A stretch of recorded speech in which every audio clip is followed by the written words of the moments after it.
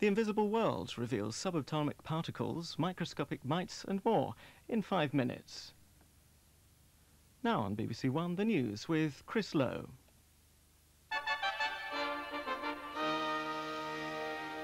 Good morning. The latest ceasefire in Yugoslavia seems to be holding, with only sporadic fighting reported overnight. The Croatian president and senior officers of the Yugoslav army have agreed that there should be intensified efforts to end the crisis. European Community foreign ministers have called for a ceasefire to be implemented by Sunday. After 3 days of heavy fighting, tens of thousands of people took to the streets last night to demonstrate against the federal army. There were chants of "down with the generals." But while there have been some desertions, the Yugoslav army continues to strike against Croatian positions. This jet attacked Croatian targets on the Dalmatian coast, while in Vukovar, aerial and mortar attacks by federal forces have inflicted heavy casualties. EC foreign ministers have accused the Yugoslav army of illegally supporting Serbian forces. But there are still hopes that the civil war can be halted. The EC is calling for a ceasefire by Sunday at the least, to be followed by a peace conference. Officials are in Yugoslavia trying to monitor events, but there's little more they can do unless there's a ceasefire. President Gorbachev has criticized the growing number of countries recognizing the independence of the Baltic states. He's also criticized the republics themselves for wanting to leave the Soviet Union. At the Soviet Parliament this morning, there are moves to strip Mr. Gorbachev of his special powers. President Gorbachev is facing a further challenge to his authority.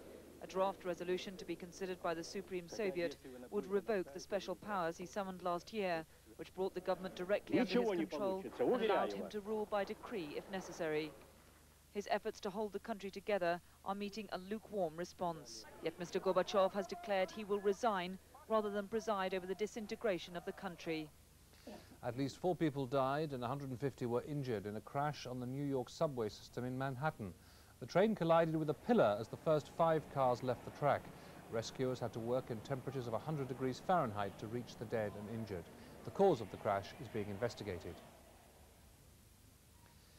The building societies are reporting a big rise in the amount of money lent to home buyers last month. The total rose to more than £4 billion, an increase of nearly £500 million on June.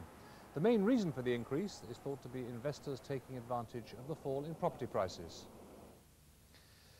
The government has been asked to declare an extra bank holiday. The National Economic Development Council wants a new holiday at the end of October to boost the tourist industry and encourage people to take an extra break. It also wants Easter to be on a fixed date in April. That's it, more at 11 o'clock.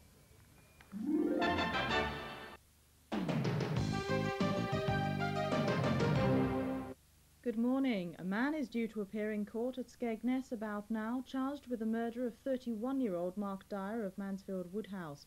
He's John Greenaway, who's 39, from Friskerton near Lincoln.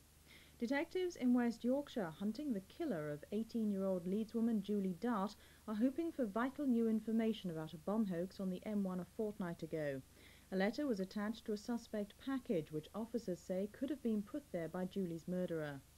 A search has resumed off the Scottish coast for a crew member of the Hull-registered fishing boat Kirk Keller, who fell overboard last night. The search began yesterday but was called off when darkness fell. 6 men have been arrested by detectives investigating the death of 22-year-old Brendan Penn in Bradford. Mr. Penn was found wounded outside a house in Cecil Avenue almost 2 weeks ago. He died later in hospital. All 6 men are from the Bradford area. And those are the headlines. I'll be back in an hour's time with the next bulletin. Now for a quick look at the region's weather.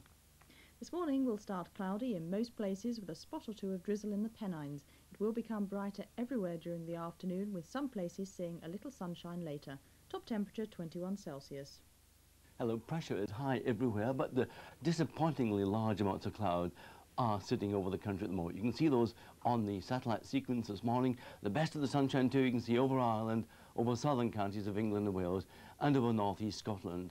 And that cloud isn't even completely dry. On the radar we can see little patches of rain over northern England and Wales there, but most places are going to have a completely dry day. Those spots of drizzle stretching anywhere from East Anglia up to the Inner Hebrides there.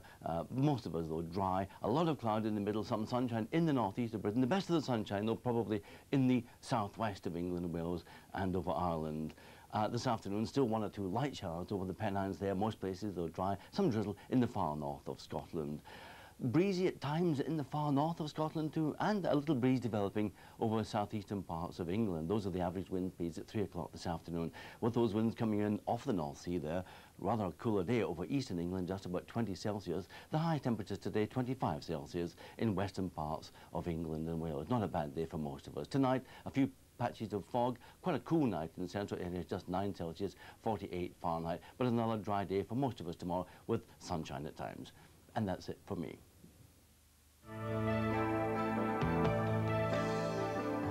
In BBC One's new weekend of entertainment, Hyacinth Bouquet is back, keeping up appearances. There's a man next door in Elizabeth's house. Just imagine, if she keeps him, we could be sharing milk bottles. We'll have to move. Move? How fortunate you are, Richard, to have a wife of impeccable moral rectitude. Hyacinth Bouquet, keeping up appearances this Sunday at 7:15 on BBC One. Appearances are far from deceptive now on BBC One as new technology reveals the invisible world.